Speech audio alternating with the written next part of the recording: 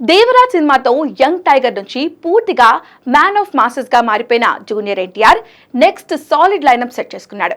Bollywood most updated spy universe వాటూలో హృతిక్ రోషన్ తో కలిసి నటిస్తున్నాడు. ఇండియాస్ బిగ్గెస్ట్ మల్టీ స్టారర్ గా తెరకెక్కుతున్న ఈ సినిమాపై అంచనాలు పీక్స్ లో ఉన్నాయి. ఆగస్టులో వాటూ రిలీజ్ కు ప్లాన్ చేస్తుండగా ఇప్పటికే షూటింగ్ శరవేగంగా జరుగుతుంది. ఎన్టీఆర్ పోర్షన్ షూటింగ్ కూడా దాదాపుగా కంప్లీట్ అయినట్లుగా సమాచారం.